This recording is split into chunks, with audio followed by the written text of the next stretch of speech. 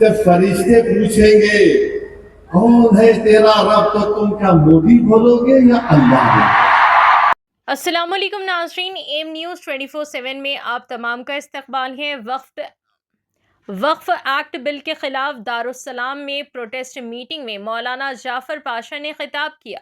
इसके अलावा बैरिस्टर असदुद्दीन ओवैसी ने हिंदुस्तान में सभी रिलीजन्स के बारे में कहा। मुस्लिम पर्सनल लॉ बोर्ड के बड़े बड़े कायदीन, बहुत सारे लोग अलग अलग जमात से यहाँ पर शिरकत किए।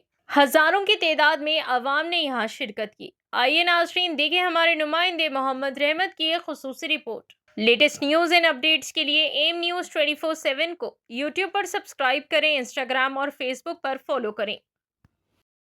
तेलंगाना व आंध्रा के मनसब बावकार पर फायज हैं हजरत मौलाना जाफर पाशा साहब।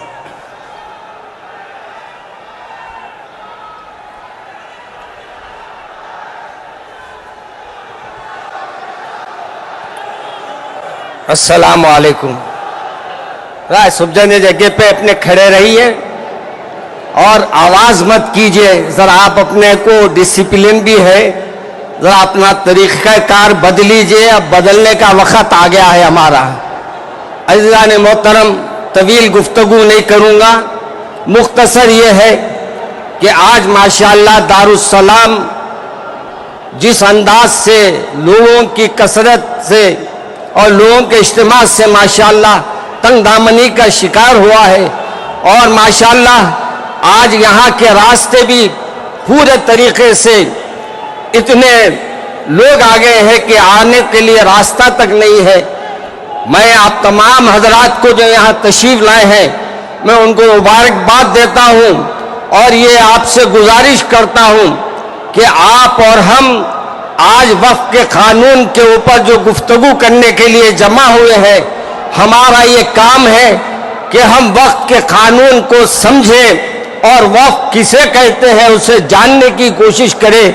अफसोस ये है कि आज हम लोगों में अभी भी वही बात चल रही है कि वक्फ है क्या, इससे फायदा क्या हुआ।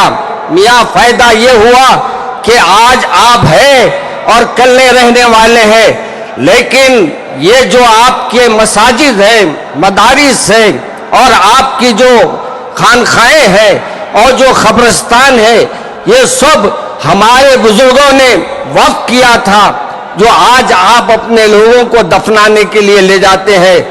ऐसा ना हो कि आपके लिए कब्रिस्तान भी मिलना मुश्किल हो जाए, आपको जगह भी मिलना मुश्किल हो जाए।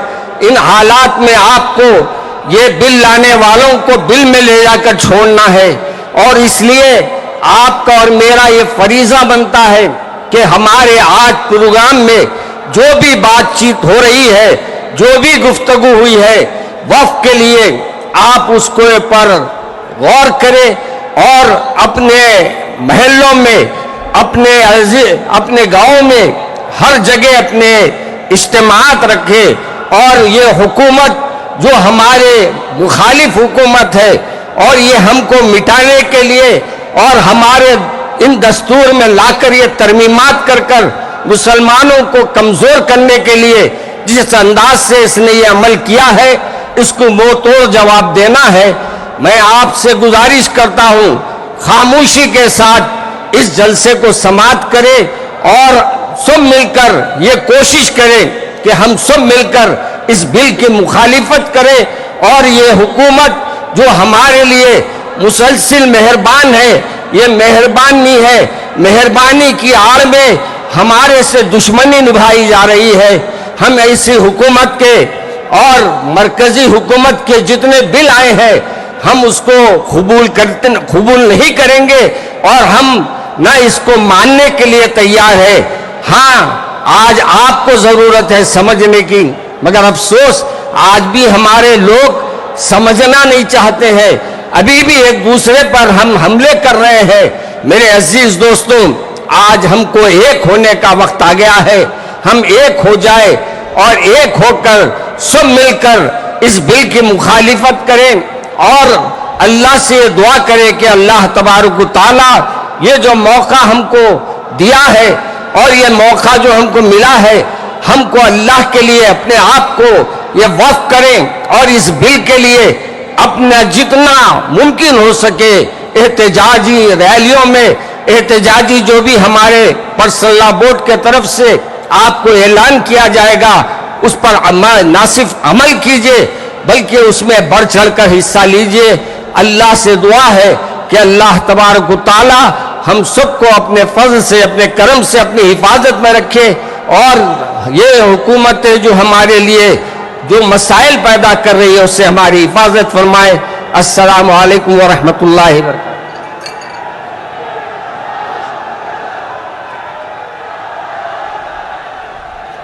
हाजरीन, अब इसके बाद हम एक अगले मुकर्रिर को दावत देने जा रहे हैं जो दरअसल अपने इखलास और शिया सुन्नी इत्तेहाद का एक रमज शुमार किए जाते हैं। मेरी मुराद हजरत मौलाना जनाब डॉक्टर निसार हुसैन हैदर साहब ने बहुत सी बातें आपके सामने रख दी कि सुप्रीम कोर्ट ने रिलीफ दिया है, मगर आज भी हम वक्त की जायदाद को खो रहे हैं। लिमिटेशन एक्ट अप्लाई हो गया, जो 12 साल से काबिज है वो मालिक बन रहा है। 6 महीने के अंदर पोर्टल पर चढ़ाना है, नहीं चढ़ाए तो वक्त से चले जाएगा। वक्त इवैक्यू प्रॉपर्टीज निकल गई हमारे हाथ से। 100 एकड़ जमीन है पंजाब हरियाणा में जो आज गवर्नमेंट उस पर काबिज हो चुकी है। रिपोर्ट आई कि उत्तर प्रदेश में 500 से ज्यादा वक्त प्रॉपर्टीज को उत्तर प्रदेश की सरकार ने गवर्नमेंट की प्रॉपर्टी डिक्लेयर कर दिया। तो मेरे अजीज दोस्तों और बुजुर्गों, और इसमें एक है वक्फ औलाद अब नहीं कर सकेंगे आप। वक्फ औलाद के बारे में कह रहे कि बच्ची का शेर मार के कोई वक्फ औलाद नहीं कर सकता। अरे मैं अल्लाह को दे रहा हूं, अपने बेटे बेटी को मालिक नहीं बना रहा हूं। क्या ये बात सच नहीं है प्रधानमंत्री जी कि हिंदू सेल्फ एक्वायर्ड प्रॉपर्टी में एक हमारा हिंदू भाई अपने विल के जरिए अपनी एक औलाद को या मोहल्ले में किसी को पूरी प्रॉपर्टी दे सकता है, मगर मुसलमान 1/3 से ज्यादा अपनी किसी औलाद को प्रॉपर्टी नहीं दे सकता। अभी यह कानून जो है, अभी अगर कोई कलेक्टर मुतवल्ली को बोलेगा कि तुम दरगाह में उर्स नहीं करना, मुतवल्ली की कलेक्टर मुतवल्ली को बोलेगा कि तुम आशूर खाने में इमाम बाड़े में मजलिस नहीं करना, कलेक्टर अगर कोई मुतवल्ली मस्जिद को बोलेगा कि तुम मस्जिद में अज़ान नहीं देना, और अगर मुतवल्ली नहीं सुनेगा तो कलेक्टर उसको 6 महीने की सजा दे सकता है। यह कानून है। अभी पहले कानून यह था कि अगर कोई वक्फ की प्रॉपर्टी को बेचता तो 2 साल की सजा, नॉन वेलेबल। अब मोदी जी बोल रहे प्यारे मैं राजा हूं, तुम लूटो तेल ले लो, 6 महीने की सजा काट के आ जाओ, मैं हूं ना। ये कानून बनाया गया है। तो मेरे अजीज दोस्तों और बुजुर्गों, ये वक्फ का कानून मुसलमानों के वफाद में नहीं है, ये वक्फ का कानून मुल्क के वफाद में नहीं है, ये वक्फ का कानून भारत के भाईचारगी के लिए नहीं है। झगड़े शुरू हो जाएंगे मस्जिदों पर, यह बोला जाएगा कि 500 साल पहले ऐसा था वहां पर। अरे बार बार बोलते टीवी पे आपको वक्फ से क्या मिला। अरे क्या कोई आपके अम्मा के महल में आया जो हमसे पूछो आप वक्फ से क्या मिला क्या नहीं मिला। हमारी आखिरत मिलती वक्फ को बचाए तो। ख्वाजा बंदा नवाज की दरगाह मेडिकल कॉलेज है, इंजीनियरिंग कॉलेज है, वक्फ का है। हमदर्द रूह अफ़ज़ा पिए तो वो भी वक्फ का। कलेजे को ठंडक कौन सी तुम लोग पियोगा रूह अफ़ज़ा। अब रूह अफ़ज़ा के खिलाफ रूह जिहाद कर रहे, जो नाक से ऐसा सुन के दूसरे नाक नकपुरी से निकालने का दर्ज देते। कहां जाएगा ये मुल्क। हद तो ये हो गई मेरे अजीज दोस्तों और बुजुर्गों कि अब कोई ये कह रहा है कि चीफ जस्टिस के फैसले के बाद इस देश में मजहबी जंग शुरू हो जाएगी। नरेंद्र मोदी जी, आप इख्तिदार पर हैं, आपकी पार्टी के लोग इस तरह की बात करेंगे। आप तो भारत के संविधान पर हल्फी है कि देश में ये अम्बेडकर का देश, ये मौलाना अबुल कलाम का देश, ये भगत सिंह का देश, अल्लामा फजल खैराबादी का देश, हुसैन अहमद मदनी का देश, महमूदुल हसन का देश, ये टीपू सुल्तान का देश। ये बोले मजहबी जंग शुरू हो जाएंगी। मोदी जी, बाबरी मस्जिद का फैसला हमारे खिलाफ आया तो क्या हमने ये जुमला कहा था कि मजहबी जंग शुरू हो जाएगी? हमने कहा था कि supreme court is supreme but infallible, but not infallible. Babri Masjid को तोड़ने वालों का क्रिमिनल केस का फैसला आया, किसी को सजा नहीं हुई, हमने कहा कि मजहबी जंग शुरू हो जाएगी। 5-5 साल से बच्चों की बेल नहीं रहे, उनकी माँ बाप मर रहे हैं, मर गए हैं, हमने ये कहा कि मजहबी जंग शुरू हो जाएगी।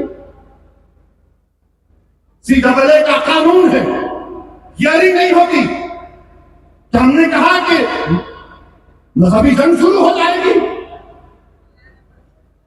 UAPA में डालकर हमको सराहा जाता है कि हमने जुमला कहा कि मजहबी जंग शुरू हो जाएगी। नरेंद्र मोदी जी, आपकी पार्टी के लोग कह रहे हैं कि रिलीजियस वॉर शुरू हो जाएंगी, मजहबी जंग शुरू हो जाएगी। किसको डरा रहे हैं ये लोग? अदलिया को डरा रहे हैं आप। इख्तिदार में रहकर अदलिया को डराएंगे आप। आपके हक में फैसला आया तो आपके मुंह में लड्डू फूटते हैं और आप रिलीजियस वॉर शुरू हो जाएंगे।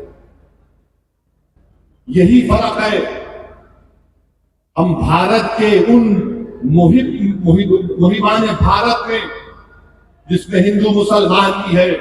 हम जब हमारी मर्जी के खिलाफ भी फैसला आता है हम उसको कबूल करते हैं।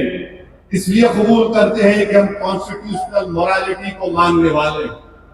और ये संघ परिवार के लोग एंटी कॉन्स्टिट्यूशन राइट के खिलाफ है। मैंने पार्लियामेंट में उस कानून को फाड़ा तो सिर्फ अपने तौर पर नहीं फाड़ा बल्कि भारत के गयूर तमाम हिंदुस्तानियों की तरफ से उस कानून को फाड़ा, जो हिंदू भी है, मुसलमान भी है, सिख भी है, ईसाई भी है, जो आज भी इस मुल्क की खूबसूरती को पहचानते हैं। भारत की खूबसूरती उसका इत्तेहाद है, भारत की खूबसूरती उसका भाईचारा है। भारत की खूबसूरती नरेंद्र मोदी नहीं है मेरे अजीज दोस्तों और बुजुर्गों। भारत की खूबसूरती उसका भाईचारा है।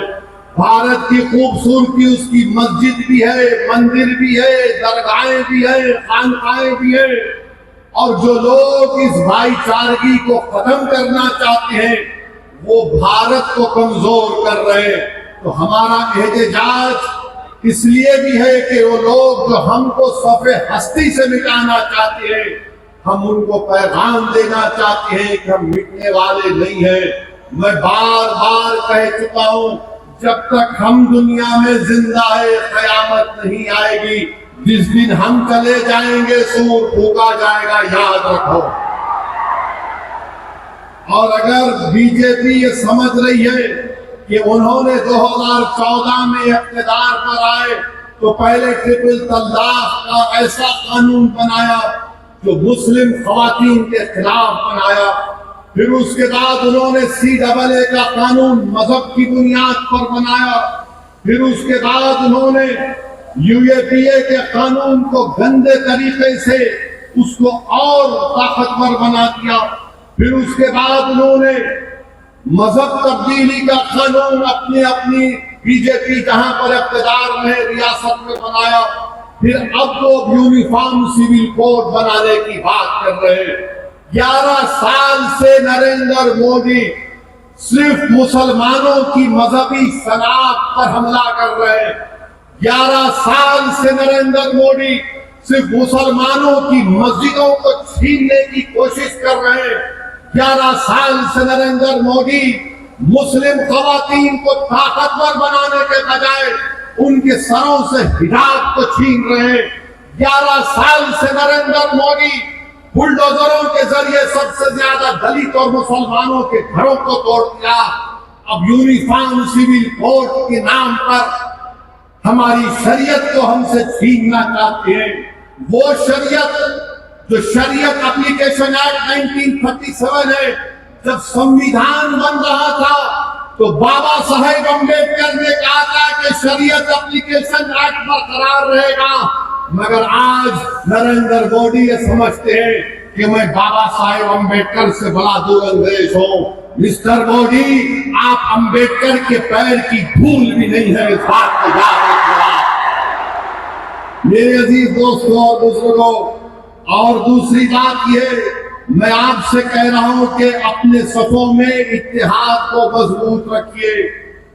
ये लड़ाई जो आप और हम मिलकर अपने दीगर सेकुलर हिंदू भाइयों के साथ, सिख भाइयों के साथ कर रहे हैं, याद रखो, बीजेपी संघ परिवार हमारे सफों से बाज मीर जाफर, मीर सादिक को खड़ा करेगी।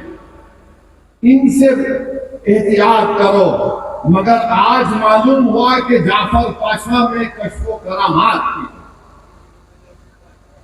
मुझे अभी किसी ने व्हाट्सएप भेजा कि जो वफ़की कानून की ताईद में आ रहे हैं, जो बड़ी बड़ी बातें करते हैं, ख्वाजा अजमेरी के आस्थाने से उनका ताल्लुक है, जाफर पाशा की तकरीर को लाइव बैठकर देख रहे हैं, तो मालूम हुआ उनको भी बड़ा डर हो गया कि अब हैदराबाद से एहतजाज बुलंद होगा। अरे जो तुम ख्वाजा अजमेरी के आस्थाने के जिम्मेदार होगा, मैं पार्लियामेंट में इंशाअल्लाह ताला ख्वाजा एक्ट के तरमीम का एक बिल लाऊंगा और प्राइवेट मेंबर्स बिल लाकर कहूंगा कि तुम नहीं बनोगे, उसमें पसमानदा को किसी को बनाना पड़ेगा। तुम तायीद करोगे, मैं तो ला रहा हूं प्राइवेट मेंबर्स बिल आइंदा सेशन में, तुम देखना। अरे तुम लोग कितना गिर सकते हो, तुम कितना गिर सकते हो, कम से कम उस आस्थाने की निस्बत का तो लिहाज रख लो। तुम उस आस्थाने की निस्बत का तो लिहाज रख लो और इस बात को भी याद रख लो कि जब तुम और हम इस दुनिया से जाएंगे तो आरएसएस वाले अगर तुमको खंडे पर लेकर गए कब्रिस्तान में, तो हमारे इत्तेहाद को कमजोर करना चाहते हैं। दाऊदी बोरा के लोग पार्लियामेंट की कमेटी के पास आए थे, लंदन से मायानाज वकील किंग काउंसिल जनाब हरीश साल्वे साहब बुलाकर पार्लियामेंट की कमेटी के सामने कहा कि हम 2024 का कानून नहीं चाहिए, हमको वक्फ से अलहदा करो, क्योंकि दाऊदी बोरा जो शियाओं की ब्रांच है, उन्होंने कहा कि हमारे पास दाइल और मुतलक है। उनके जो रूहानी पेशा है मुफद्दल साहब, अल्लाह उनको सलामत रखे, वो उनकी मौजूदगी में कोई मुतवल्ली नहीं हो सकता। लिख कर दिया उन्होंने कि हमको इस वक्फ एक्ट से लेना देना नहीं, इनको निकाल दो। तो ये इनको बुलाया गया, मोदी ने बुलाया इनको। अब नरेंद्र मोदी ने कितना गुमराहकुन बात की, बैठ के कहा कि मैंने 3 साल पहले ये बिल बना दिया, आप लोगों को नहीं मालूम होगा, मैंने दिखा दिया आपको और कहा कि कॉमा फुल स्टॉप लिख दो। मोदी ये पैगाम दे रहे हैं भारत के सेकुलर हिंदू भाई बहनों को, सिखों को और मुसलमानों को, मैं तो नहीं लाया है बिल, ये तो ये लोग बोल के लाया हूं। आप समझ रहे हमारी बात को। और हम जब कमेटी में थे, हम मिनिस्ट्री ऑफ माइनॉरिटी अफेयर्स से पूछे कि कानून तुम क्यों लाए, क्या तुमने मुसलमानों से बातचीत की, क्या तुमने इस बिल के बारे में बात की? एक वर्ड नहीं बोल सके वो लोग। The committee when called the Ministry of Minority Affairs, they didn't have anything to say. Why did you bring this bill? You are witness to it. अब मोदी इन दाऊदी बोराओं को बदनाम करने के लिए, पूरे देश में पैगाम देने के लिए कि देखो मैं तो 3 साल पहले उनको बिल दिया था। मेरे भाई, ये साजिश है हमारे इतिहाद को कमजोर करने के लिए। मोदी जी, आप शतरंज की चाल खेल रहे हैं, हम भी जानते हैं शतरंज कैसा खेलना सियासत में। डॉक्यूमेंट्स है, आज मैं एक्स पर सोशल मीडिया पर डॉक्यूमेंट्स डाल दिया हूं। दाऊदी बोरा लोगों ने कमेटी को दिया, वो 1924 से कह रहे हैं कि हमको वक्फ कानून में मत रखो, क्योंकि हमारा जो जूरिस्प्रूडेंस है, हमारा जो फिक्र है वो दाइल मुतलक के ऊपर। तो आपसे अपील कर रहा हूं कि अपने दिमाग में 1% भी दाऊदी बोरा हमारे दीनी भाइयों के खिलाफ कोई शक मत करिए। वो तो नहीं चाह रहे थे, इनको तो पप्पा जी बुला के बोल दिए आपको खुद से करा। अब चौथी बात ही है, बीजेपी वाले बोल रहे इसमें सब कुछ है, मुसलमानों का फायदा है, औरतों का फायदा है। आज से थोड़े दिन पहले हैदराबाद में फतेह दरवाजे पे एक चालाक आदमी था, लगता है उन्हें भी मोदी जी की शागिर्दी में निकला। उन्हें क्या बोला, आप मेरे पास आओ, जिसके सर टकले हैं मैं दवा देता हूं, बाल उग जाते। लाइन लग गई वहां पे, लगा दवा दवा लगा, बाल उगते। अब पब्लिक बेचारी, तो मोदी जी भी यही बोल रहे, दवा ले लो सब चीज ठीक हो जाती। इनकी दवा नहीं है, ये दवा मौत है। ये दवा नहीं दे रहे, मौत का पैगाम दे रहे हैं। ये वक्त को छीनने के लिए ला रहे हैं। आप सोचिए, दाऊदी बोरा लोगों ने सेक्शन 2 लिख कर दिया, तो मोदी ने क्या किया, दाऊदी बोरा का नाम लेके सेक्शन 2 बना के उस भारत के दौलतमंद आदमी जिसने हमारे खोजा भाई, ये भी शियाओं का एक ब्रांच है, खोजा ट्रस्ट से खरीद कर 21 करोड़ में अपना आलीशान महल बना लिया। सेक्शन 2 का फायदा उस शख्स को होगा। हम हैदराबाद में क्या बोलते, किसकी दुकान पे किसकी फातिया, क्या बोलते, नाना मामू की दुकान पे नाना की फातिया। तो दाऊदी बोरा को सामने रख के मुकेश भाई की फातिया पढ़ दी है, वो काम कर दिए। सेक्शन 2 से उनको फायदा होगा। तो आपको हमको मुत्तहिद रहना है, शिया सुन्नी इत्तेहाद को मजबूत रखना है। आप शिया सुन्नी इत्तेहाद को मजबूत रखेंगे ना मेरे भाई, ये all India Muslim personal board के प्लेटफॉर्म पर शिया भी है, सुन्नी भी है। ये पैगाम मुस्लिम पर्सनल बोर्ड देता है कि हम अपने इत्तेहाद को मजबूत रखें। दाऊदी बोरा को मोदी धोखा दे दिए, उनके नाम को इस्तेमाल करके मुकेश भाई को बोले लो गुलाब जामुन खाओ एंड बी हैप्पी। उनके अच्छे दिन आ गए। तो मेरे अजीज दोस्तों और बुजुर्गों, छठी बात आपसे अर्ज करना चाह रहा था वो ये है, को तो मानते मगर उसको सब्सक्राइब नहीं करते। ये फर्क है भारत के असली नागरिक में और उन लोगों में जो नेशनलिज्म के झूठे दावे करते और कहते हैं कि रिलीजियस वॉर, जो कहते हैं कि अगर कोर्ट कानून बनाएगा तो पार्लियामेंट को बंद कर दो। अरे अगर तुम पार्लियामेंट में बैठकर अपनी अददी ताकत की बुनियाद पर मुझे मिटाने का कानून संविधान के खिलाफ बनाओगे तो मेरे पास चारा क्या बचता है कि मैं आवाम में जाऊंगा और फिर कोर्ट को जाऊंगा। हम कोर्ट को गए, आवाम में भी जा रहे हैं, ये कोर्ट कानून कैसे बनाएगा? अरे जालिमों, सुप्रीम कोर्ट का जजमेंट कानून का मौक़िफ़ रखता है। पढ़ो, तुम लोग ट्यूबलाइट हो, तुम लोग थम्स अप हो, तुम्हारे दिमाग में एक ही बात बैठा हुआ है, नहीं मोदी है तो खुदा है। अरे खुदा था, है और रहेगा उसी का नाम, आइन है और रहेगा। मगर इस तरह धमकी देना अदालत को, और फिर गवर्नर प्रेसिडेंट को बोल रहे हैं, उनको बोल रहे हैं अगर नहीं करे तो कानून बन जाएगा। अरे 142 क्या है प्यारे? 142 आइन का बनाने वाला अंबेडकर है। अंबेडकर में तुम्हारे से ज्यादा दूर अंदेशी थी। आप ये बोल रहे हैं कैसा बनाए, वो कैसा बनाए, हम ऐसा कर देंगे। मगर मेरे अजीज दोस्तों और बुजुर्गों, बीजेपी आइन पर एक फ्रॉड कर रही है और डरा रही है। रिलीजियस वार की धमकी बीजेपी दे रही है। मिस्टर मोदी, कौन रेडिकलाइज हो चुका है बताओ आप? सत्ता में आप हैं, आपके लोग रेडिकलाइज हो चुके हैं, इतना रेडिकलाइज हो चुके हैं कि कोर्ट को धमकी दे रहे हैं, रिलीजियस वार हो जाएंगे। मोदी जी, अगर ये धमकी देने वालों को आप नहीं रोकेंगे, देश कमजोर होगा और देश कभी भी माफ नहीं करेगा। आज सत्ता इक़्तिदार आपके पास है, कल नहीं रहेगा इंशाअल्लाह ताला, कल नहीं रहेगा इंशाअल्लाह ताला। अब भारत का हिंदू भी जान चुका है कि वक्फ का कानून बनाए तो क्या मेरे को नौकरी मिलती। हिंदू जान चुका है कि मुसलमानों की नफरत को दिखाकर, मुसलमानों को डराकर वोट बटोर के आई बीजेपी, दिखाने के लिए कुछ नहीं है। 4.5-5% नौजवानों में बेरोजगारी है, उनके बेरोजगारी को दूर करने का कोई प्रोग्राम नहीं, मगर सिर्फ मुसलमानों को नफरत का निशान बना दो।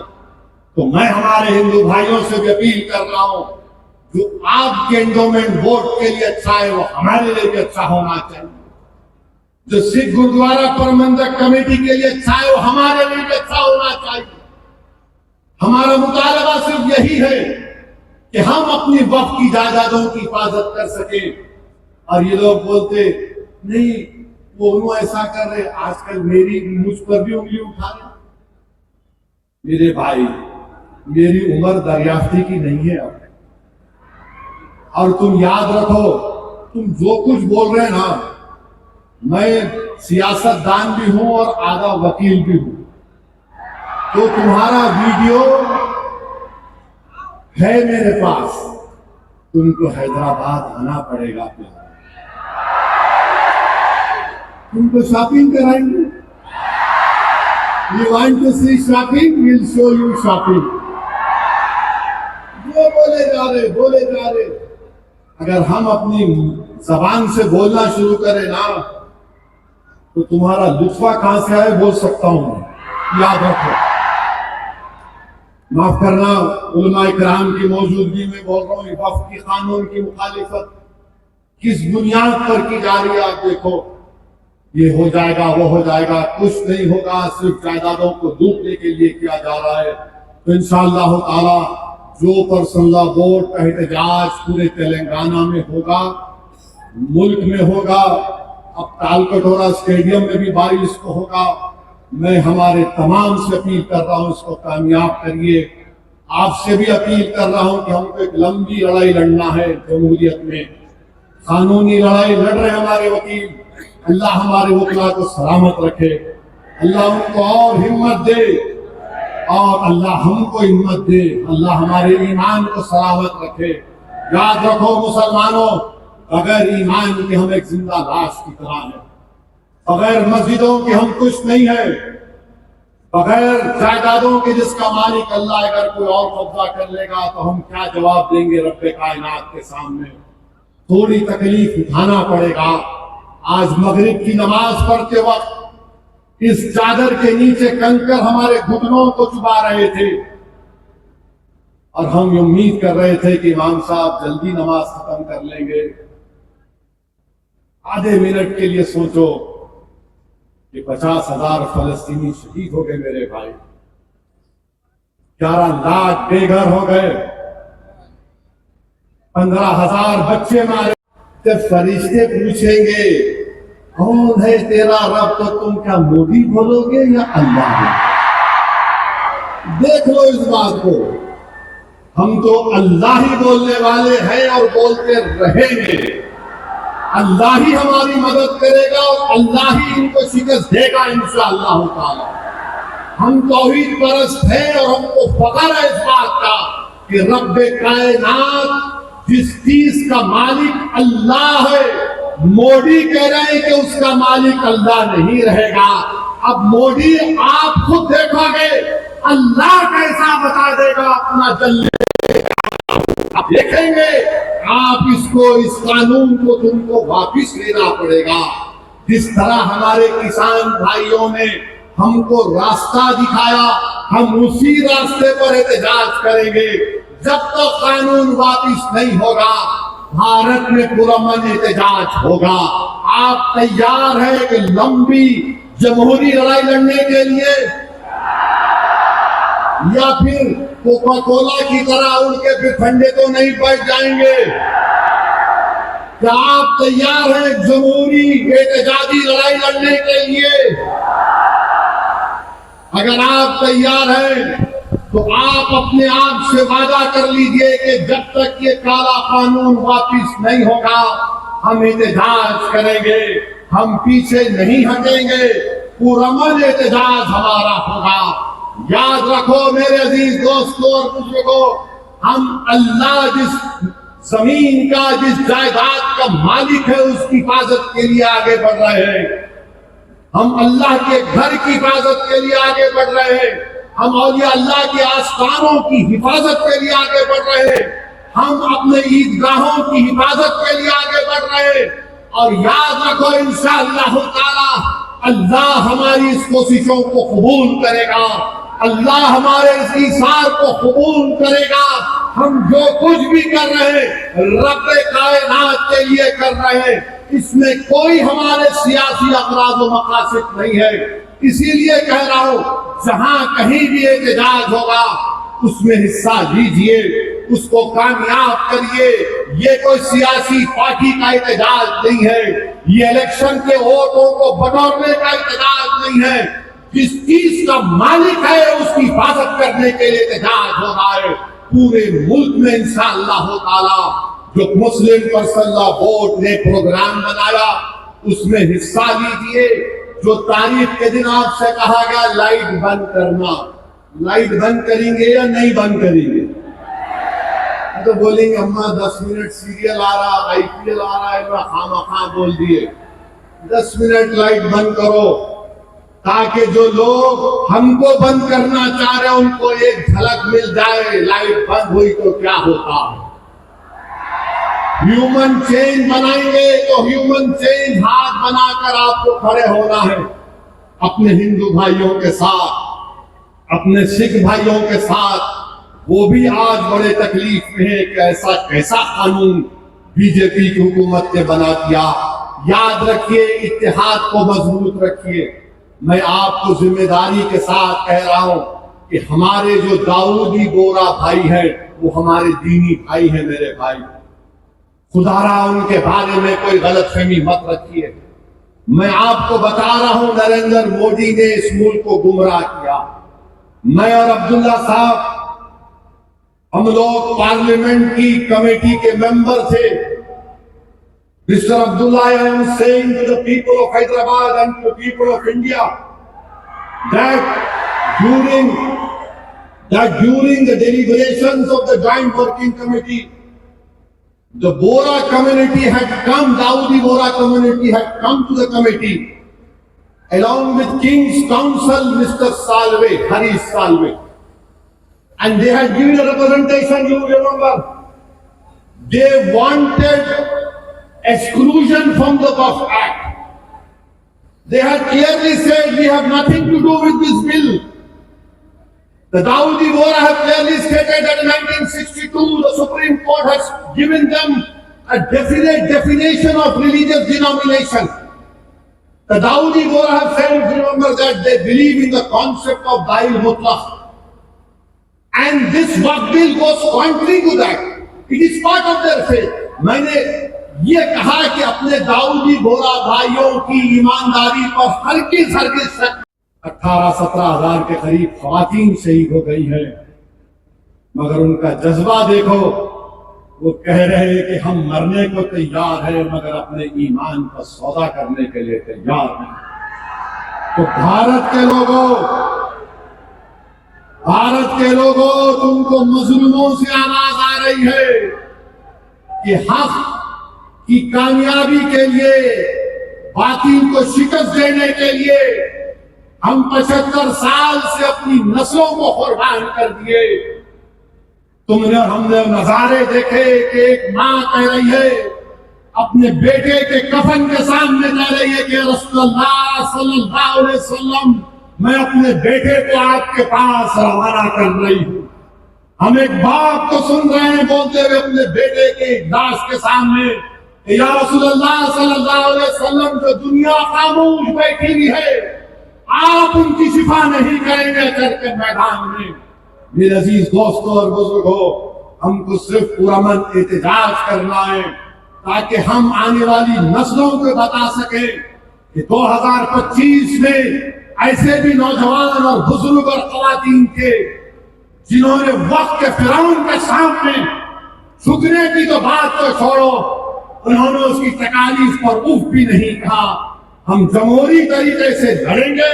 हमारे किसान भाइयों ने उनको रास्ता बताया, कानून को वापिस लेना पड़ेगा, जैसा कि मुस्लिम पर्सनल बोर्ड का नारा है, देश बचाओ, संविधान बचाओ, वक्त बचाओ।